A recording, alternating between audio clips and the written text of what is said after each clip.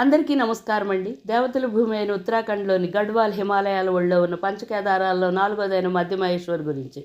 ఈ ప్రాంతం శివుడు నాభిపడిన పవిత్ర పుణ్యస్థలం.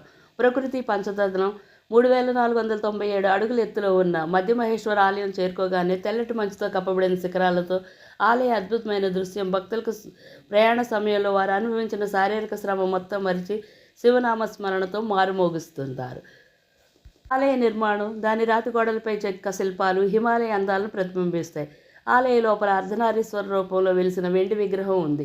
ఆలయాన్ని దర్శించే భక్తులు వారి పాపాలు తొలగుతాయని నమ్మకంతో వృద్ధ మధ్య మహేశ్వర్ అని పిలువబడే ఈ ఆలయం చౌకంపు శిఖరాలపై ఒక చిన్న నల్లటి మందిరంలో నల్లరాతితో చేసిన నాభి ఆకారంలో ఉన్న శివలింగం గర్భగుడిలో ప్రతిష్ఠించబడి ఉంది.